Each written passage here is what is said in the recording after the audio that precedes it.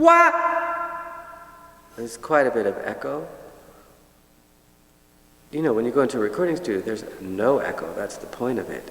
The walls are padded, there's carpet. Each instrument it has its own separation so that when you record the drum tracks, you don't hear in the distance the piano on the other side of the room. Well, in here, that's called bleed. In here, it's all bleed. And it's bleed with major amounts of echo. That's the shape of our sound. It's going to have, the music will sound like this room. We got to, as a band, collectively arrange and produce and record, because I didn't bring an engineer here. I just brought my laptop. You know, I was a little bit like, come on guys, let's go, with getting stuff recorded, but we got to make up our parts on the spot, which is a form of improvising. It's sort of like, well, let's figure out what we're going to do. Let's just improvise and see what we come up with, and then what works, and then we'll refine it. Everybody was given permission to find their way through each song. And they would figure out their own parts, and we would do it together, and we would talk to each other and say like, you know, that doesn't really work. Maybe it should be something like a little bit like this. And so we needle and fine tune the details.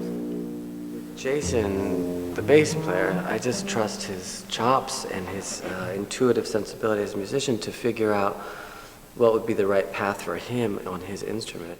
And we would do it collaboratively, and we would layer it in the recording process. We would first record drums, piano, bass, and get the rhythm section down. And then there would be a bedrock of sonic material that the other people could play on top of, like Matt playing saxophone, or Pete Hess playing bass clarinet, or Katie even playing her, she's playing glasses, it's like a wine glass, and with water in it, and she wets her fingers. And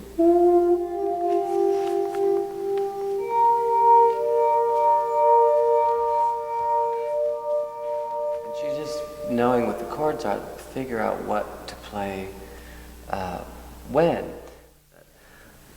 The other thing is their own personality or approach to music. Some people are really intuitive, and that could be improv or highly formalized, but still really intuitive. And others approach it maybe more intellectually based. Like, I need to think. I think I'm somewhere in the middle, but other people need to I need to think about the logic of this music and what's going to happen in order to approach it. So part of it is the skills, experience, chops. Part of it is the personality of the person as a player, improv or sight reading, intuitive or premeditated. So it's the personality of the player. And then the other factor is relationship. Like, I've been working with John and Jason for years, and they know, each song that I write is different, but there's probably a Reuben style. So when I show them something, they kind of know what to do. We sink in. It's like when you have a best friend that you've known for a long time, you can finish each other's sentences. It's that kind of thing, but on a music level. All of the people on the project do their own composing. It's as varied as, Matt plays in the Klezmatics. They're like a big, a well-known band, won a Grammy and all that kind of stuff. And he plays a whole range of, saxophone and every kind of little flute, and this thing that was made out of a goat's body that sounds like a bagpipe, and all the weird Chinese flutes, and not weird, I shouldn't say weird, but they sound weird.